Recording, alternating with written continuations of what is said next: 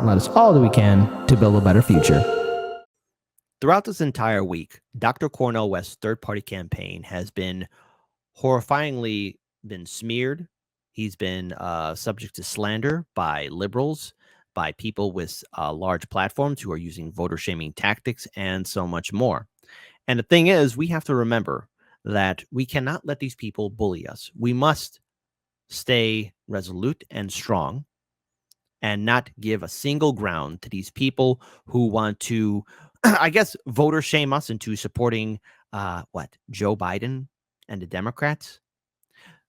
There's no incentive in voting Democrat. There's no incentive in voting Republican either, because again, as I've said on the show, both parties are owned by Wall Street, big banks, corporations, the top 1%. You've heard this before. But notice the desperation from the vote blue, no matter who sycophants. Notice how desperate they are to try and make you feel guilty about using your own vote to support somebody who represents your values.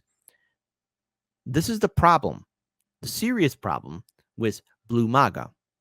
They're upset that we're not falling in line. They're upset that we actually have the courage and the wisdom. I'm going to say that again, the courage and wisdom to look past the two-party system and take control of our own destiny and our own vote. You cannot spoil something that's already been spoiled.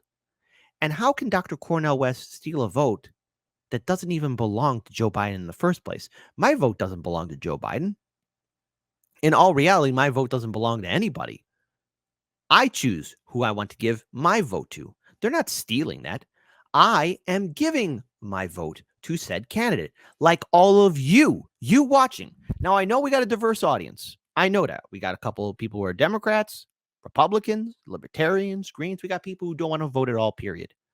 But no matter what, no matter where you stand on the political spectrum, you are giving your vote to said candidate you want to vote for. They're not stealing it. You are giving freely of your own choice to somebody that you think will represent your values as best as they could. It is all of your choice. And I will not say on the show and tell you how to vote. I will give the suggestion of, hey, consider supporting third parties, consider supporting independents, because that's what I believe in. I believe we need to break away from the two-party system. But at the end of the day, I want all of you to make your own decisions. That's the purpose of this show. And ideally, if I want to just dream big, I would love my platform to encourage more people to consider going independent, third party, and so much more. I would love that. But no matter where my channel stands or what happens to the show in the future, I want to be consistent. And I want to encourage all of you to think for yourselves, but more importantly, stand up for yourselves, because the bullying is going to intensify. But don't worry, folks. I think this time around, we're ready. Don't let these people bully you. In fact, let's push back. And let's start this segment off on a funny note. Because after all, in this crazy neoliberal world, we all deserve to laugh. Shout out to Turncoat Don. Hey, look, it's Crystal Ball. Why, I wonder if Turncoat Don decided to make himself a very funny edit. I think the only thing that Cornel West, Dr. West, who I love, admire, respect, whose politics I almost wholly and completely share, I think effectively the only thing that his campaign will accomplish is, number one, helping to reelect Donald Trump. Really? Oh my goodness gracious, Cretaceous. And number two, hurting the left.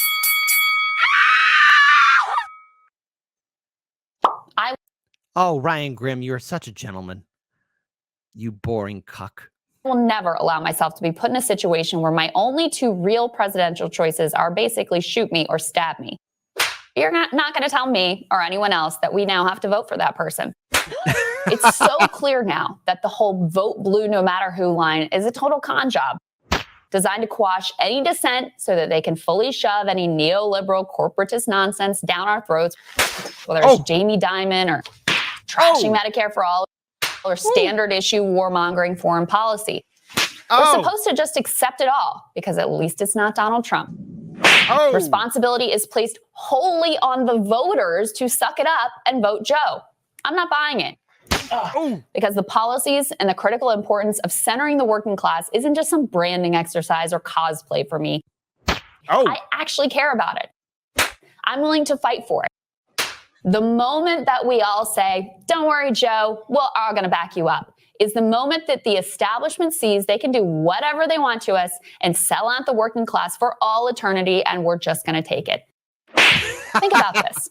Why do these freaking never-Trumpers and conservative Democrats have so much power? It's because they're constantly threatening to vote for the other team.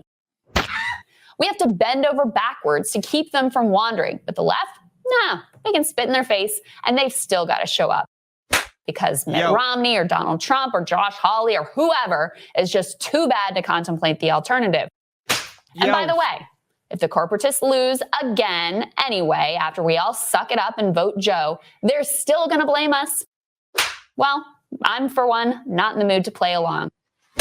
Go ahead and try to win without this movement, because most people aren't interested in voting for candidates who treat them like crap and view them with utter contempt.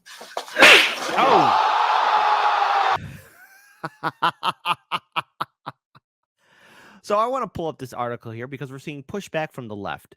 So here, it's from Counterpunch. We should not disregard or disrespect Dr. Cornel West's candidacy for president of the United States. So again, Mana Morari recently wrote an article about Cornel West's campaign to become president of the United States. If you haven't already read it, I invite you to do so. After you read the article, will you share it? Will you invite others to think aloud with you about Dr. West, his career, and the values he articulates? If not, why? Why shouldn't you treat Dr. Cornel West as a legitimate and sensible alternative to any of the other people who are announced candidates for the highest elective office in the United States? Whether you agree with West or not, why should you refuse to consider his candidacy as a prophetic and politically sensible alternative to any of the other candidates? Why not weigh his values, vision, and commitment to democracy, inclusion, justice, peace, and global well-being alongside what the other candidates believe? Isn't that the essential for sound decision-making? I've heard people, including those I deeply respect, say that West's candidacy benefits Donald Trump. I've heard that from other people, too, I respect. They admit that West has taught, written, lectured, advocated, and agitated for decades about matters and issues they care about. They have a more favorable view of West than Joe Biden. However, these serious-minded people say that West's Green Party candidacy will benefit Donald Trump by siphoning likely Democratic voters from Biden in the November 2024 election. I find this viewpoint unsound. Let's look at what this article continues on to say, because again, this is fundamentally true, especially about Joe Biden's record and, well, where he stands with the people who voted for him. Biden's approval rating among Black, Latino, Asian, Indigenous women, the LGBTQ plus community, elderly, and working class voters has been lukewarm at best for most of his presidency. Dr. Cornel West is not responsible for Biden's low approval rating. Wait, I'm sorry. I stuttered. I didn't read that sentence properly. Dr. Cornel West is not responsible for Biden's low approval rating among likely Democratic voters. Let me clear up my throat again. Sorry. I apologize.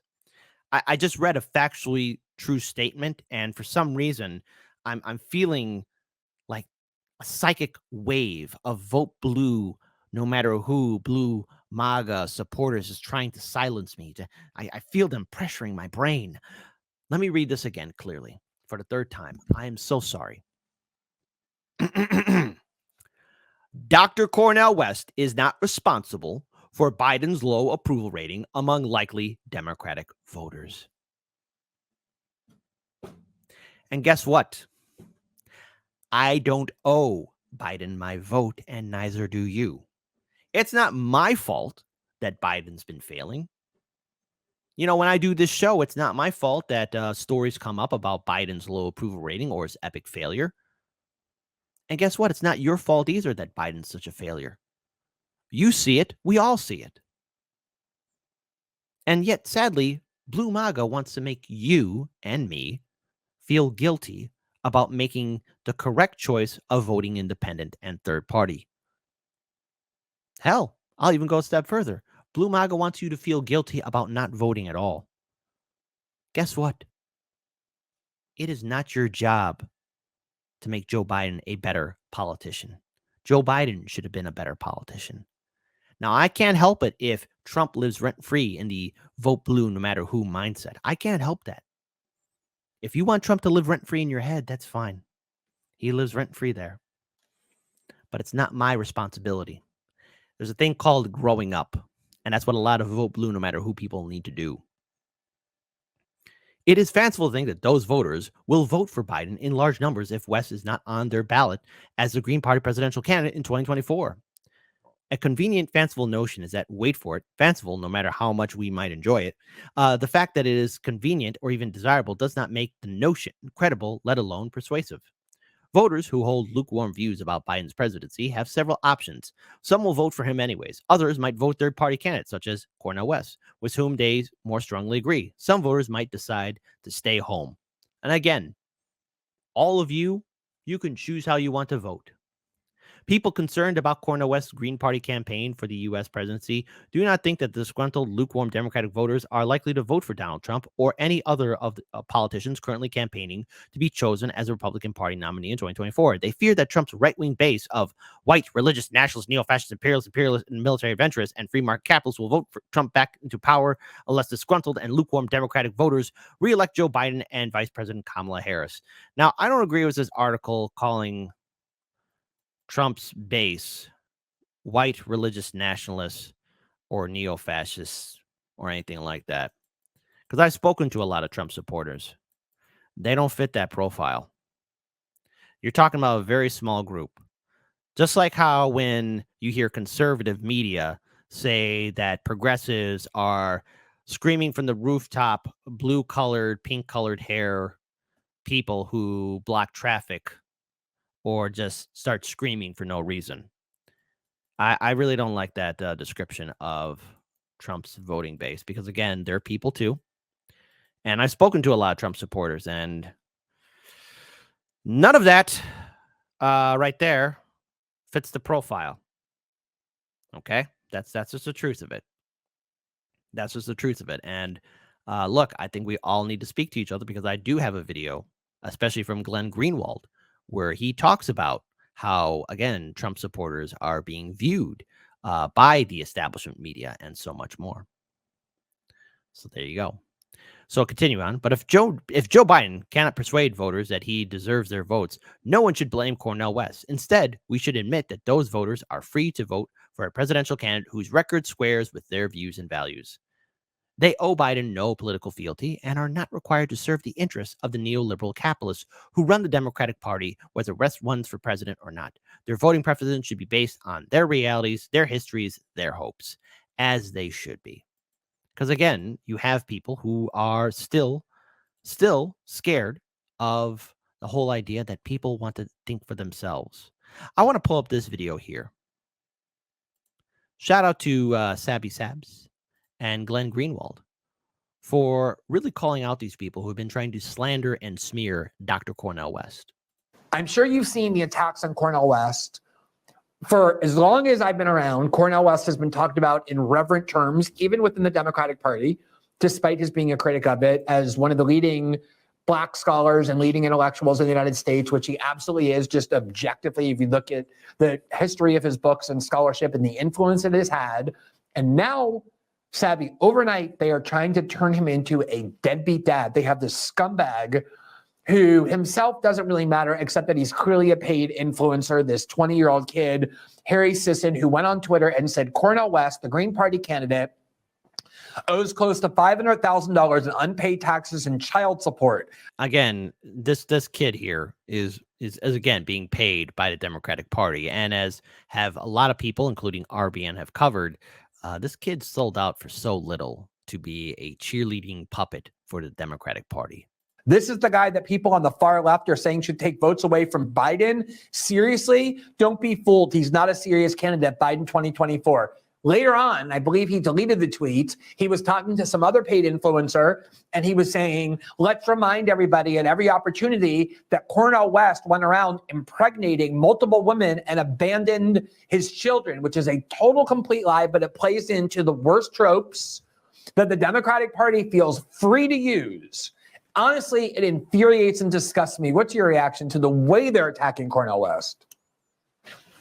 Well, we knew smears were going to come because he's running third party, but also even if he ran in the Democratic Party, they would smear him too because they already selected Joe Biden. That's how it works for the Democratic Party. But it just goes to show you that the Democratic Party, that liberals can also use racist tropes.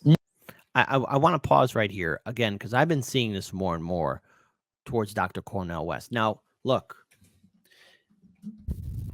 what I find interesting is, especially from liberals and liberals that I've spoken to,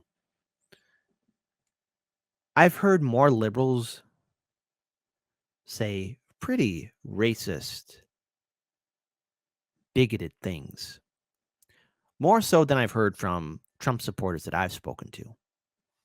I know it's a controversial statement. Hey, the world is a crazy place, but I'm just talking from my perspective, from my point of view. I don't know how it is for all of you, but when I've spoken to some pretty diehard liberals, especially recently too, their criticism towards Dr. Cornel West, it almost fits a stereotypical image of how they perceive Trump supporters. And boy, oh boy, if only they could hear themselves speak, if only they could. Because again, you would think that the liberals would be more open-minded, inclusive, be more diverse and understanding. But no, if you step out of line from the liberal Democratic Party, you're the bad guy. You're the villain because you're challenging their perspective and worldview. See, what a lot of liberals want is for people to be subservient and obedient. Don't think for yourself. Now, the Republican Party, let's face it, it's just the same. But again, if you want to watch a show that's going to curb stomp the Republican Party, go watch TYT. Go watch Majority Report. At this point, all of us know what to expect from the Republican Party. They're just as corrupt as the Democratic Party. But the Democratic Party is a little special kind of evil because they put on this neoliberal mask of being friendly and inclusive when, in fact, some of the most diehard liberals, at least from my experience, have been the most racist people I have ever met. And they know how to hide it very, very well. Let's continue on with the rest of what Sabby has to say. Really? people. Are you wait? So I think we're breaking some news here. What you're saying is that liberals, people who are adherents to the Democratic Party, are capable of either weaponizing racism or actually believing in racist views? Or is that what you're telling me? 100%, Glenn. Some of the same people who have, especially I see it here like in places like Massachusetts, right? So some of the same people who have a Black Lives Matter sign in their window don't want you living next door to them. They don't want me living next door to them. Some of the same people who say that they support that LGBTQ people should have their rights don't want it in their backyard. So there's a lot of this that happens, and I think that Or conversation look at with immigration. For years, we heard that anybody who wanted to close the border, anybody who was complaining about the number of immigrants in their community automatically was racist and white nationalist. And now there are a lot of immigrants who are being sent to or settling in blue cities in New York and Washington. And the leaders of those cities are demanding that the federal government stop that flow. They're very good about cheering for immigration when it's other communities that have to integrate them. And the minute it's their communities that need to, suddenly they're demanding that the wall be built. And don't forget that infamous incident at Martha's Vineyard. Remember that one? Who remembers that one? I do. All the rich people at Martha's Vineyard in their fancy little houses. As soon as the migrants got to their front doorstep, oh, they were there for a day and then got on a bus to go to a military camp. Listen, I'm going to break. I'm going to be evil for a second. I'm going to be very evil here for a second. But, you know, those people at Martha's Vineyard, those people, and I mean those people, and I say this with absolute vitriol and hatred towards Martha's Vineyard. All those people, and yes, those people who live there, they fit a profile. You see, a lot of them are rich and affluent. A lot of them are, you know, they're going to be okay. They don't have to worry about how much it costs to buy a gallon of milk. They don't have to worry about paying for a full tank of gas. A lot of those people in Martha's Vineyard probably have those LGBTQ flags. A lot of those people say, open the borders, have those kind of signs in their own houses. A lot of those people at Martha's Vineyard have oh, there is no hate in this house. You see, they fit a profile. They fit a profile of being a lying scumbag. As what they are. They are. Because when humanity and the crisis that's happening at the border is brought to their front doorstep, they put on this mask of saying, oh, we care. Remember seeing all the people giving water and supplies to the people? But no, they were kicking them out. Shh, go away. Get out of our little kingdom. Go. We care, but we don't want you to be here. None of those people in Martha's Vineyard are ever going to really challenge the U.S. policies of what's happening in Central and South America. None of those people are really going to step up and address the crisis of the war on drugs or the prison industrial complex. So those people at Martha's Vineyard who live in their fancy houses, well, they fit the profile of being the worst of the worst. And if that makes me a bad guy, okay. But it takes a bad guy to recognize evil and real pieces of shite, which is what the people of Martha's Vineyard are. Never forget what those people did, because those are the people who say, we need to be inclusive and understanding, but they don't live by it, and they never will. That's right. When migrants were sent to Martha's Vineyard here in Massachusetts, all of a sudden, all the liberals who said, immigrants' lives matter, you're welcome here, said, you can't stay here. Get them out. We don't have space so for they you. Were sent to Cape Cod. We don't have space for you. Reality. But this is the reality, Glenn. And then this goes back to the class issue. And a lot of this, there's intersection here, but a lot of this goes back to the class issue, whereas you will find that some of the wealthy, more elite liberals, they will talk a good game, but when it comes to action, they will say some of these same talking points that they blame the Republicans for saying. So what is it really about? And that's what I think we have to ask when we look at what's happening with Cornel West, what's happening with Bernie Sanders, what's happening with what's left of the progressive base. I think at the end of the day, we have to ask ourselves, a lot of these people that were part of the Bernie movement, were they really, amped up for radical change and some type of revolution and changing the system? Or were they mainly liberals, upper class liberals that just wanted health care? Sabby, I think that's what it really was. They were upper class liberals that wanted health care. That's the truth of it. I think we all got to come to terms with that. And that Bernie Sanders was a cock too. But hey, it is what it is about Bernie Sanders. He was a spineless, nutless wonder.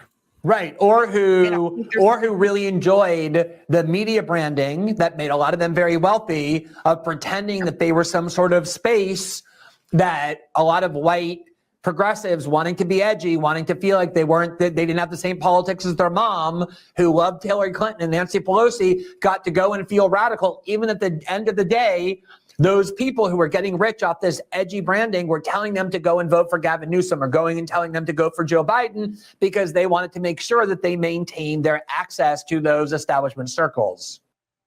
Exactly. And see, the thing is, a lot of those diehard vote blue no matter who people want to bully you into thinking that Dr. Cornel West will only help out Donald Trump. Look, I want to hear people's different perspectives and points of view, but what I cannot stand is when I'm being told by people in positions of power or those that have a large platform saying, you shouldn't listen to this person, you shouldn't hear this person. We need to be open-minded to people. And yes, that means talking to everyone across the political spectrum. On this show, I speak to Greens. I've spoken to socialists. I've also spoken to libertarians and conservatives. We have yet to have a Republican on this show, but who knows? Who knows what will happen? But I know in my audience, we have Republican voters, Democratic voters, Green voters, Libertarian voters, non-voters, people of different generations watching this show. It's about respect. And I respect Dr. Cornel West's choice to run as a Green Party candidate. I will also respect the Libertarians running for their campaign. Whoever their nominee will be, I respect that person's choice for being Libertarian and running for President of the United States. And I do wish that both the Greens and Libertarians to get 5% or more in the general election so they can be recognized on the federal level to get full funding to be legitimate parties here in the United States, because I think it's long overdue that we have multiple choices of who will represent the American people. I'm tired of the Democratic Party and the Republican Party. It's time for us to break that system apart. But I'll go a step forward and be even more open-minded and say, look, I get why people are voting for Trump. I understand. I get it. Trump kept his political movement together, and my brain is vomiting. I get why some people are still voting Democrat. It's your choice. Okay. But I get it. But it's about respect. And I want to end this segment with Glenn Greenwald talking about how we need to really understand each other. Because TYT did a segment about in which they do, and they do this sometime now. They're interviewing Trump voters, right? And trying to mock them, make them look foolish. Well, Trump voters are American citizens. They're people too. And they got their own perspective and points of view. And to what I want to say to liberals is, okay, you want to mock them, but at least their base is active. And at least they are filling up stadiums and events for Donald Trump. Joe Biden can't do that. Let's pull this video up. The Young Turks, which is this, for those of you who don't know what that is, be very thankful, but they have this segment where they send people, it's a left-wing YouTube show, a Democratic Party YouTube show, kind of the Bernie AOC crowd that we were just talking about.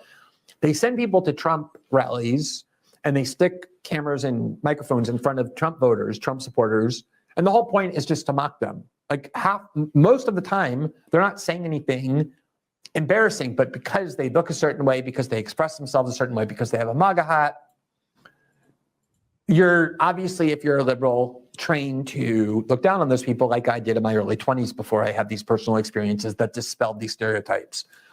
And one of the things they've been doing is when they've been going to these rallies, there are people, they ask them, where do you get your news from? Where do you get your source of information from? And a lot of them will say Matt Taibbi. A lot of them will say independent media, and a lot of them will name me. And there was this one video that they were passing around that they thought was going to be incriminating for me because it showed that at least part of my audience are adherents to Donald Trump and to the MAGA movement. And this was one of the women who they interviewed. And I think I know that they clearly thought that this made me look bad because they were constantly throwing it around the internet and putting it into forums where I'm criticized and even putting it into my Twitter mentions as some sort of proof that I have become corrupted. And here's what this person said. This is from the Young Turks in August of this year where they went to a Trump rally. Research, do it yourself. Mm-hmm. You know, you can go on the internet and find, non-partial people like Glenn Greenwald, things like that. So Glenn's a nonpartisan? Oh, yeah, I would say he's nonpartisan leaning towards being a liberal. There's nothing wrong with that. Now, look, I understand why she's voting for Trump. Hey, to quote Jimmy Dore, you think people voting for Trump because their lives are great? No, Obama made everything miserable.